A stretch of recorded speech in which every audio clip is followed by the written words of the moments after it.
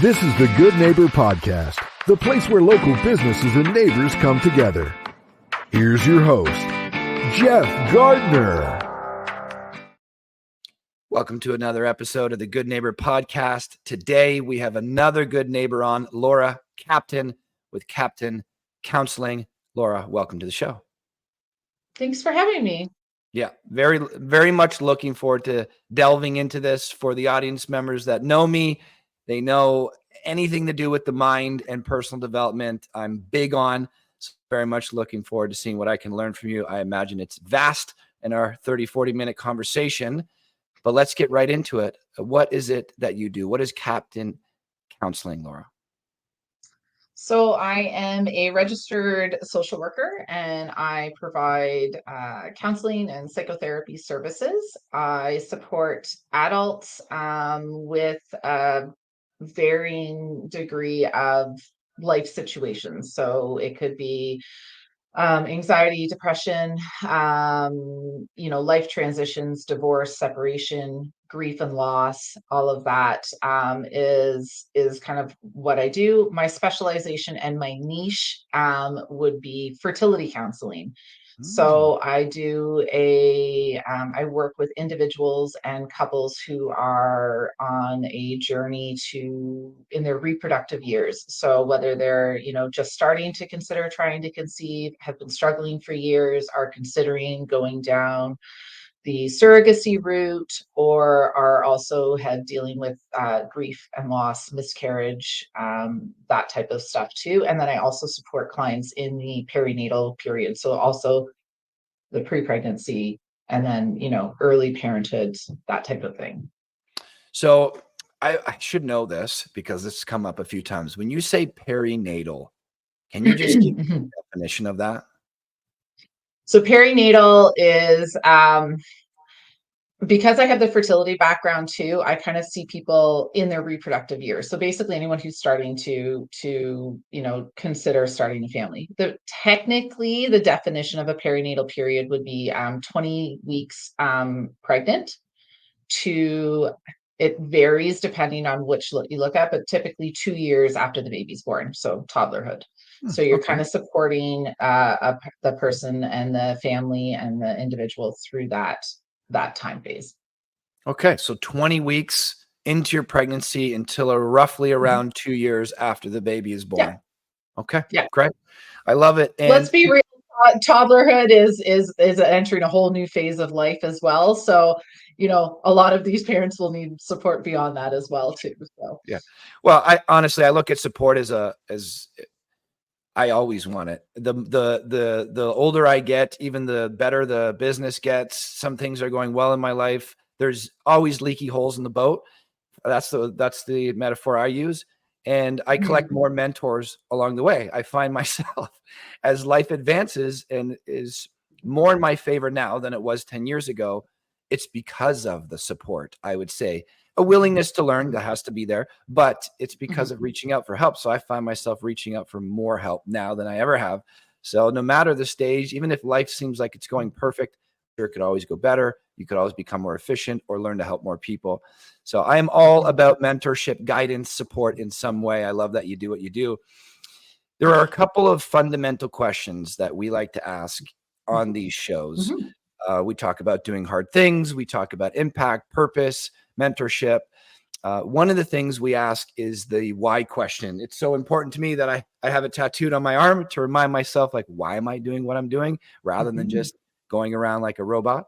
So we like to ask our guests, what brought you to doing this? Like, why did you get into counseling? What's the story behind it?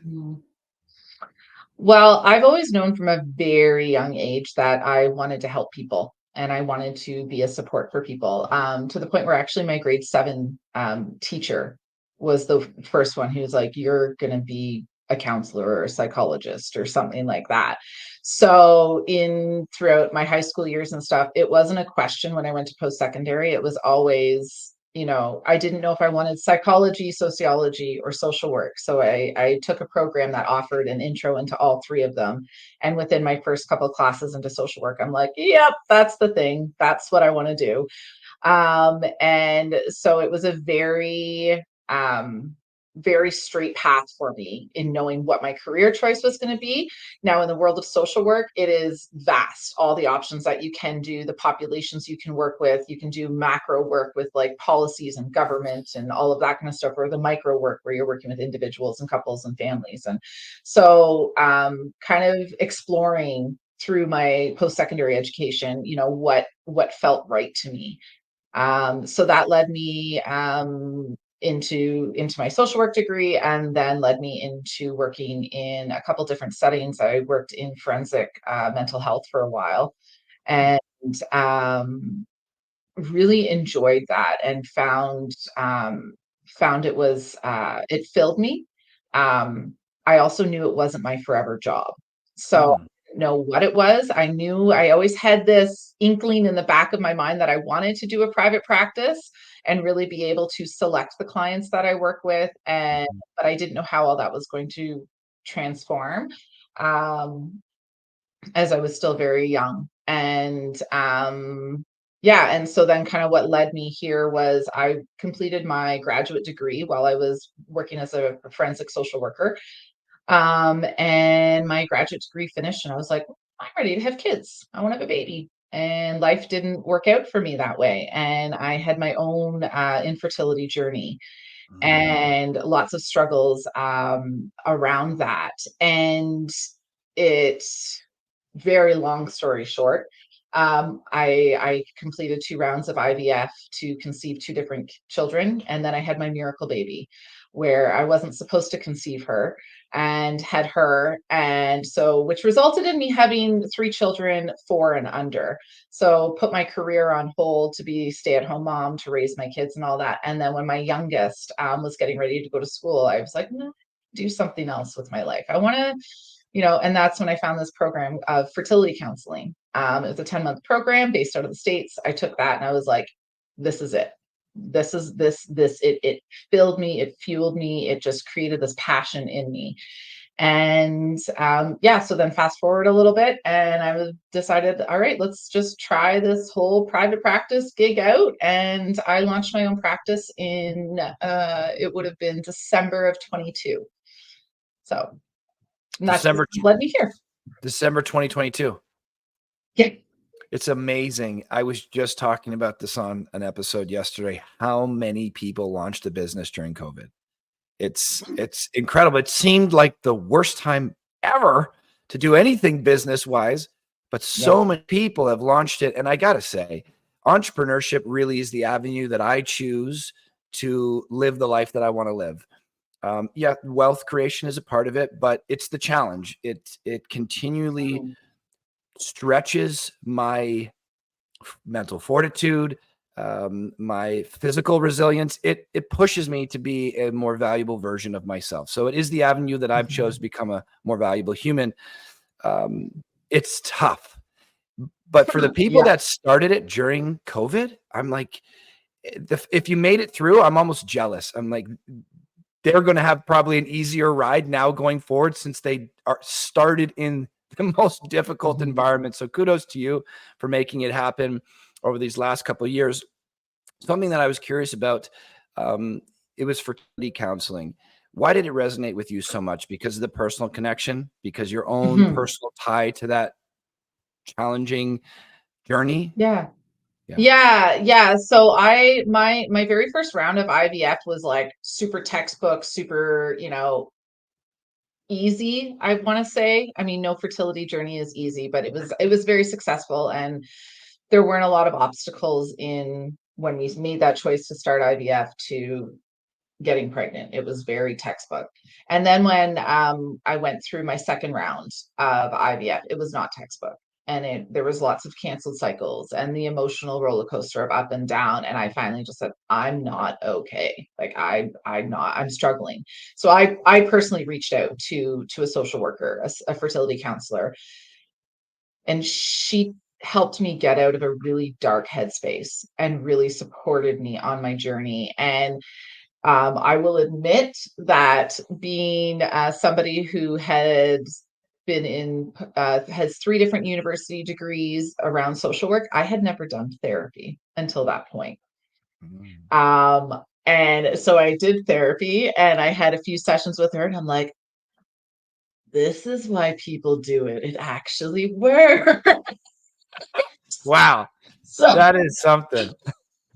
and I had this like insight. So I got so much value from that. And so when I was, considering while my kids were growing up and what I wanted to do with my career, because I knew I wanted to get back into the field, I didn't know what. And so when this option of fertility counseling came up, I explored it and I was like, yep, yep.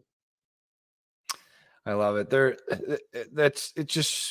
resonates with me so much because we talk to entrepreneurs every day, whether on the show or meeting face to face or in networking events. And so many times there's that common thread of I experienced this myself because I was the client or I was the one struggling or I was the one going through the journey. Someone else was my guide. And it just impacted me so much that I knew I needed to become the guide. And you learn so many skills going through the journey yourself that now offer us this new layer of connection when we are the guide with that client. It's like, I've been there. I know exactly what you're going through.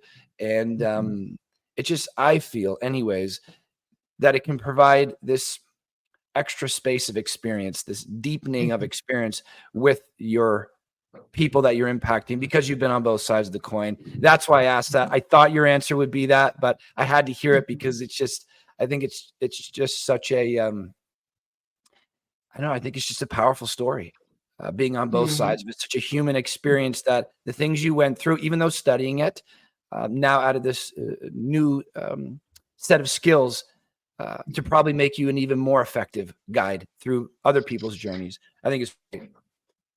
Yeah, and I Yeah. have so many of my clients that do reach out to me, like my fertility clients, where they're like, I specifically wanted a therapist who had lived experience because I might be biased in saying this. When you go through something like that, when you go through infertility, it is a whole different kettle of fish that if you don't have that personal experience, whether it's a friend, whether it's a family member, you're not going to have that same connection as if you tried for 2 months and got pregnant. Like it takes it to that next level. And again, because I'm very transparent and open with my clients about discussing my journey, they're just like, that vulnerability and that connection between us, it just helps them feel that little bit less alone and heard and supported. And I know that was something that when I was in the throes of it, I needed and I got from a therapist. And so if I can give that to my clients, it fills me selfishly. Um maybe, but it fills my passion and it fills my bucket of why I do what I do. I call it selflessly being selfish because there's I love nothing that I do that won't impact me. So I that. found for me that helping other people made me feel the best about me. So yeah, in a way you could say I'm helping other people for me, but they get a benefit as well. So even if I am selfishly being selfish, I think it's better than just being selfish because I don't know what it's I like to be totally entirely. support that. Yeah, I don't know what it's like to be entirely selfless. I don't know what it's like to live a life and not think about myself. I only get one life to live. So I love that. Mhm. And I was sharing with you the addiction facility on the weekend. It is mandatory that anybody you speak to, staff wise, has lived experience because it's just not something that you can talk to about at that level of depth if you haven't been through it. Words just don't do it. There's that connection between two humans when they're like, yeah, she gets it. He gets it. They've been through it. I love that. So we talked about the why. Another important piece of our conversations is information. We are in an age where information is so available to us, but there is some bunk information out there. Not all of it is great. So now, if you went back 100 years ago, it was finding any information probably was difficult. Whereas now finding information is not the problem. It's finding accurate information, as information can really change the trajectory of our lives. So we like to talk about myths and misconceptions. Every industry has them. There are people out there that are thinking something. I know on the addiction side of things, there's a huge stigma. People have stereotypes in their head. I won't reach out because of X, Y, and Z. So we try to change that by providing new information. So regarding your industry, any myths or misconceptions that you can think of that people are thinking out there that is blocking them from moving forward because of something? There's so much. And I mean, the stigma is definitely 100% there with that. And it's that, I can do this on my own. And, I'm the stubbornness too, I think, is a lot of times people get in their own way. Sure. And so when I have an initial consult with people, I always ask if they have ever done therapy before. And there's a lot of people that I meet that have never experienced therapy, have never gone through the process, and are very reluctant. So my one thing that I always talk to all my clients, whether they've done therapy or not, is I relate finding the right therapist is kind of like dating. And like, it's like you might have to go on a couple dates or have a couple bad dates with different people before you can kind of find that right connection and that right fit. So I don't know if that really fits with your myth analogy, but I feel like it's an important thing to discuss, is that if you have made that step to enter your healing journey, have that final, I'm going to do the thing, and I'm going to put myself first, and I'm going to do the work, and I'm going to heal myself, and I'm going to enter therapy. Don't feel obligated to stick with the first therapist you talk with. It really is important to have that comfort, that connection, that safe space. And if you don't have that safe space, then leave. Don't stay in therapy with that person you're not connected to, because you're not going to get that same uh successes that if you would just kind of explore a little bit further. And if you have had an experience with a therapist that it might not have been the right fit, don't give up on your healing journey. And I really encourage my clients, where I'm like, I say to me, I said, I know I'm confident in my skills and what I offer my clients and my approach. I know I'm not going to be everybody's cup of tea. Sure. Because we're all individuals and we all have that human connection, and it's not going to always jive with people. And that's okay. That is okay. Just don't give up on your journey, because I might not be the right therapist. And if you're looking for something specific, let me know, because I have a resource. I have a database of amazing clinicians that might work for you and might be a better fit. So I don't know if that really fits your myth or misconceptions question. I just feel like it's such an important thing for people to understand. Just trust your intuition. And if it doesn't feel right with that therapist, that doesn't mean therapy's not for you. It just means that therapist might not be for you. And continue on pushing forward in exploring what somebody else might be able to provide for you. Yeah, no, I love that, and I agree with it completely. At the end of the day, there can be 5 of us that have all the exact same information in our head. So it's all great information, the exact same education, but you have 5 different personalities. Maybe you have 5 different sets of character traits. Maybe someone is that pure stoic, no facial expressions. Maybe somebody is just too animated. So give them a try. I'm really happy that you pointed that out, because I know it takes that kind of moment of vulnerability and courage. I think they're one and the same almost, to take that step. And then you're like, this didn't work for me, I'm done. I imagine that happens all the time. That said, I do have a misconception that I believe is in this world that maybe you can help us clarify, is that for me to choose to go to counseling, I'm admitting that I'm weak. I know that's out there. Yeah, So can we absolutely. talk about that a little bit? Yeah, and I think our society is doing a better job of breaking that kind of stigma. I do too. And way better than, even a decade ago. However, there's still so much more that can happen. And I can just relate to picking my kids up from school one time and hearing a group of 10-year-olds talking about like, oh, you go to that therapist is the same one I go to. And it was just this, pardon me, normal thing. And I'm like, yay. It was very encouraging as a clinician. So it is shifting that internal dialogue of like, I'm weak. There's something wrong with me. I am broken.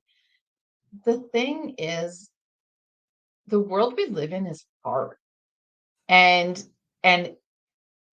whether you're, battling infertility, addiction, a mental health diagnosis, or just trying to navigate our culture and our society, it's hard. And sometimes you just need that unbiased, non-judgmental, safe space to unload and to process, being like, I have so many thoughts in my head and I just need to unpack them all. It doesn't have to be that you've had a crisis or you've had a trauma or you've had a loss. It can just be that there's this overwhelming sense of, I need to just talk to somebody and I need to feel safe in that environment. So it's not a weakness. And again, as a clinician, I can say that till I'm blue in my face. I also know the messaging that is out there in society. And I think by having these types of conversations and really normalizing it, talking to everyday people, it shifts, it continues to help support that shift in thinking and that cultural belief that if you're asking for help, it's there's something wrong with you. I'm a firm believer that we all got our stuff. We Oh all yeah. got baggage. And Yep. I'm a firm believer. I would love it if our government could acknowledge the fact that every single person should be in therapy. And the people who are often those like, no, I don't need therapy. Therapy is not for me. They're typically the ones that need it the most. So I truly believe that everybody can benefit from therapy. And just because you start therapy, I think people have this illusion in your mind where it's like, oh, well, I'm going to be, this is a commitment for the next 5 years of my life. It doesn't have to be that way. You can have, like, for me, when I started my infertility journey, I had 3 sessions and was able to just kind of shift my thinking, redirect me, refocus me, give me some coping skills, give me some strategies. And I was able to move forward.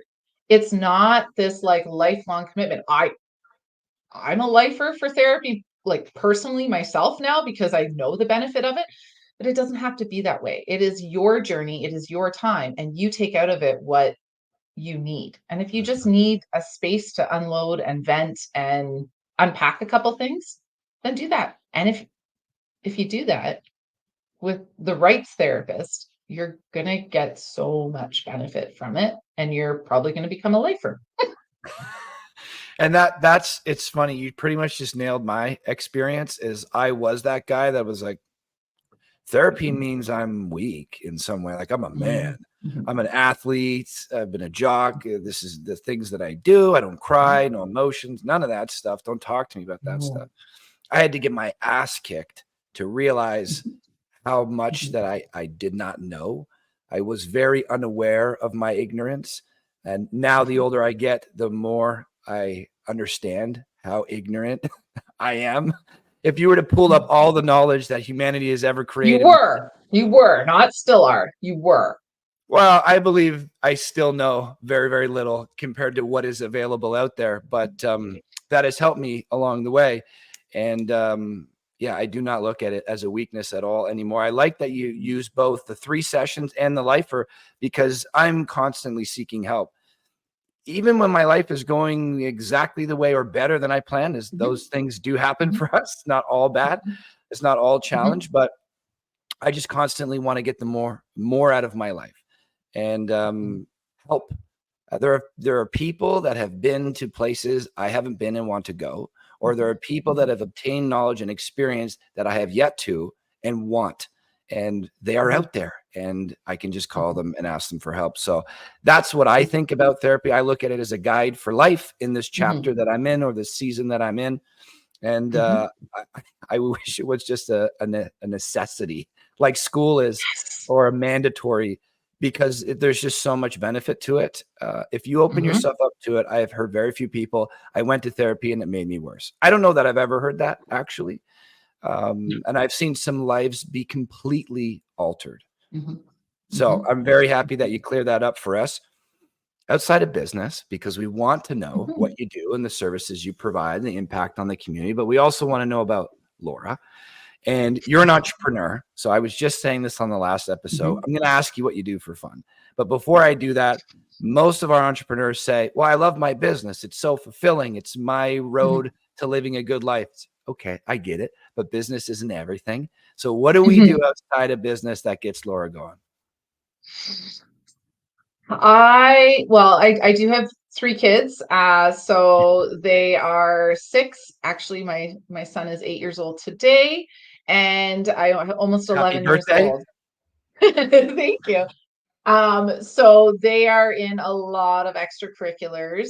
So they have me running a fair bit between hockey, basketball, soccer, gymnastics, Girl Guides, all the things. So mom is probably my one thing I do for fun. So for Lorra, for me, I love working out. Running is running is like a therapy for me. So I'm currently training to do a 10K in a short time. So I really that is like a thing. Definitely. I love reading. You can see I have like lots of different books behind me. I have bookshelves all throughout my house. I love reading, cooking and baking, being in the kitchen and just experimenting. That is something else I really enjoy. And I have an amazing community of friends who have become family. So I am always, going out for dinner or lunch, or I have a very busy social calendar, when I can fit it in, and then I also have, she hasn't shown up yet. I do have a 15-year-old dog who is the light of my life, and she is a pain in my butt, and I love her so, so, so much. So, those are kind of the things that fuel me. And I love going to concerts and theater, live theater, that kind of stuff when time allows. But yes, being an entrepreneur fills me in more ways than I ever thought it could. You nailed like some major rules from my life in there. So entrepreneurship is, as I said, avenue to figure out what I'm capable of, essentially, and how I can impact the planet. So that's a big deal for me. Fitness is my background before message spreading and scaling businesses. So 20 years personal trainer. It's my thing. Anybody that knows me, they know I'm nuts when it comes to fitness. So taking care of the body and the mind. As for the mind, the reading, huge deal. And then you have your family. I think one of the greatest pleasures of being a human being is deep relationships. I remember I think one of the longest studies ever done in Harvard, you have to correct me if this is somewhat inaccurate, but I think we'll get the point. I think it's pretty accurate. I think it was over 100 years, and they followed these men and women as they were developing over time, right until the end of their life.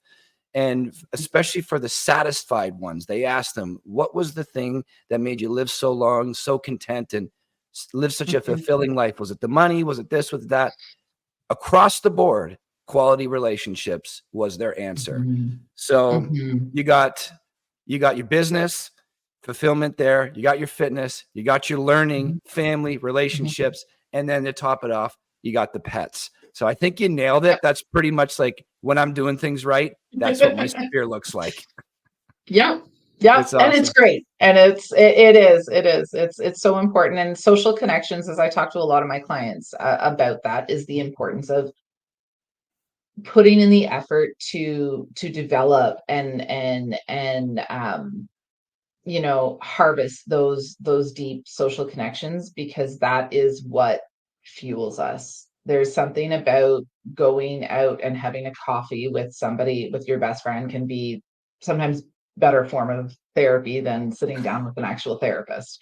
And This I is say that genuinely true. Like, and so I'm constantly encouraging my clients who, might be experiencing isolation or whatever. I'm like, find a connection, find an interest, find a hobby, and be open to and curious about the people you're going to meet, because you're going to fill that social bucket, and it is so important to put that effort forward. I love it. It's such great advice. When you were saying that, just going out the social connections and having a coffee, it's like I knew you were about to say sometimes can be better than therapy, because I'm thinking of my experience in there. It's like recovery, it's like revitalizing, it's like Mhm, mhm, soulfully energizing rather than, a lot of these things that we talked about are draining in some way. We only have so mhm, much mhm, fuel.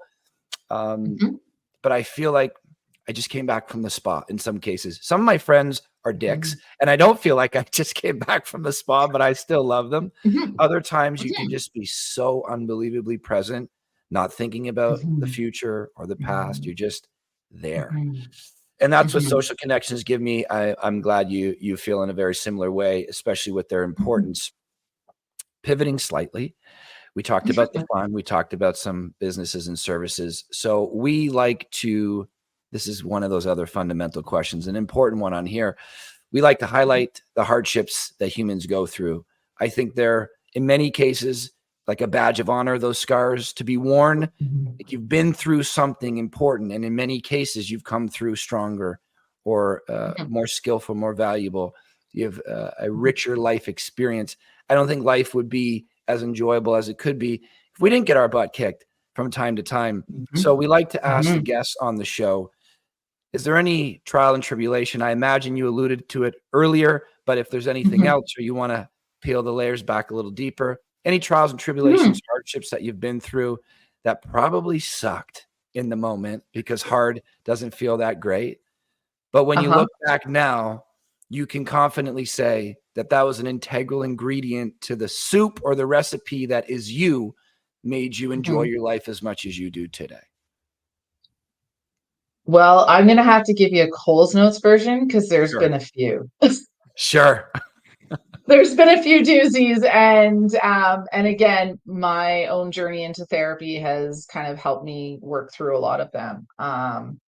So I'd say, yeah, definitely the infertility journey, with that. And then when I was pregnant with my third, I had a very difficult last bit of my pregnancy. They almost lost me and the baby, a couple times, which was resulted in me having to be hospitalized for the last 2 months of my pregnancy.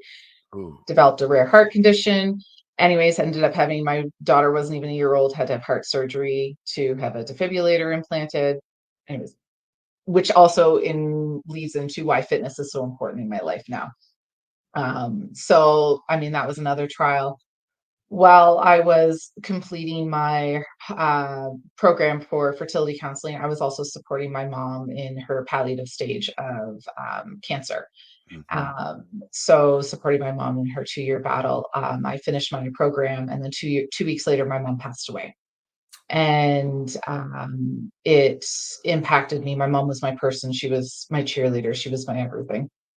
So I had to obviously put my career path on hold again. To I knew that I wasn't in a place that I could support clients, and so that was when I entered my own therapeutic journey, and was in intensive therapy, working through my grief and some of my other stuff. And in that time, also my 13-year marriage ended, so went through a separation with that as well. So working through kind of all those different life transitions, kind of all being thrown at me at once, and then doing all the intensive work on myself, got me to a place where I was like, okay, I have enough lived experience for a bit. Like, I think I can support some clients in this, and I've been through some challenges and hardships, and I I can say I am a completely different person than I was 2 years ago, prior to, or 3 years ago, prior to losing my mom and entering therapy. And I really love who I am now. and I love my life and I love my journey, and I cannot wait for what my future is going to bring, whether that's, for personal reasons, as a mom, as a business owner. I am just in a really good place in my life. And for those who are going through those hardships, I just hold on, take a deep breath. It's like a wave. It's going to recede. Just brace yourself. You can do the thing, and reach out for the support, because it's there. There's so many amazing individuals, mentors, that are willing to support you and rally around you, and don't try and be brave. And it was a very vulnerable place for me to go into therapy, because I'm a therapist, I'm a social worker, I should know how to do all the things, I should know all these things. I didn't know diddly squat. And my therapist has been a true godsend to me. And I always tell her, I'm like, you don't charge me enough. But so that's the real Coles Notes version of my hardships, which has led me to where I am. So Wow, I love it. Humans, our experience, it's just something. But I love that analogy. It's like a wave. It will recede. Brace yourself, because sometimes it feels like it's never going to end. So to share that with people, knowing that this too shall pass, everything does. Life is impermanent, but also that continued thread of there are people that will help, whether it's friends, family, experts, paid services. Make the call. It will ease that journey a little bit. And who knows what you'll pick up along the way. Maybe a great mentor, maybe a great friend, maybe some knowledge that or experience that'll change your life. So appreciate you sharing that with us. I'm a pretty emotional person. I appreciate you giving us the cold notes, because I imagine I would have been in tears if you didn't. I held it back. Oh, man. Okay. Back to business. Yes. What is one thing that you wish the audience knew about Kapteyn Counselling in particular? I think I want people to know that, one, this is a safe space. And it is, I always tell my clients or people that are considering it, is like, you own your journey, and you get to let people on your journey that you feel comfortable with. I do a lot of promotion and marketing and stuff in the infertility community, again, because that is a passion of mine. And that is a niche of mine. However, I do also a lot of work with individuals. My couples work primarily, I do specifically around the infertility piece. I am not a couples therapist. I have a few couples therapists that I could highly recommend that are phenomenal individuals and clinicians. I focus on the couple stuff with the infertility. So I think sometimes when people go onto my website, or my marketing and all of that, they feel like, oh, well, I don't need infertility. I do more than that. I do the individual work as well. And something that I've started to explore is getting more training, and a niche that I've realized has kind of come to me and is speaking to me, is I'm going to get some more training around doing grief work and supporting individuals on their grief journeys. Again, because from personal experience, I know how impactful it was. And every client that I come into contact with has had some form of grief, whether it's a death of a loved one, or a loss of a job, or an ending of a relationship, or a friendship, or, whatever those losses are. Everybody has grief in their life. So again, it's one of those things that I'm feeling a calling to get some more training and education around, so I can support more clients around that. So that's kind of my future trajectory with my business too. So Love it. Love it. My favorite question that was not in the questionnaire. I don't want people to script it. So I think I said at the beginning of this show, sometimes I get lost in the shows, but there's a handful of things that I talk about and study and really dig into in my life.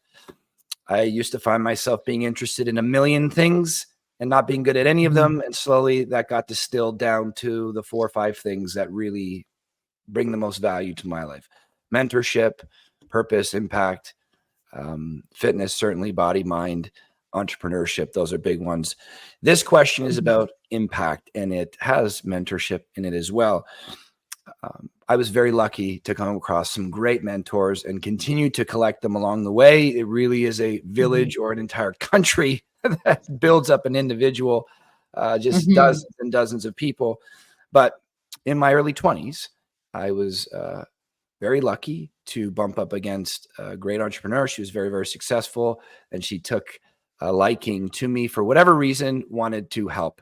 And she encouraged me to think about my impact. It was one of the things that I remember from those early days the most that had a great impact on my life was she encouraged me to think about, you are born, you will die. What will that amount to on the planet? It will have some impact. What would you like it to be? Have you ever thought about that? At the time she asked that to me at 23, it's like, no, I want girls, I want parties, I want cars, I want to be where all the cool people are. Very superficial life. I needed to go through that to get to the next chapter. But that has been a regular theme in my life, something to I've spent a lot of time thinking about is what is my impact on myself, other people, the world, etc. So I'm very curious about human potential, what we're actually doing out here. And I like to ask our guests that come on the show, Lorra, what do you want your impact to be? I would love my impact to be supporting the breaking down of the stigma of mental health and getting that therapy and support and making it accessible. That is so much the problem, is the accessibility around it too.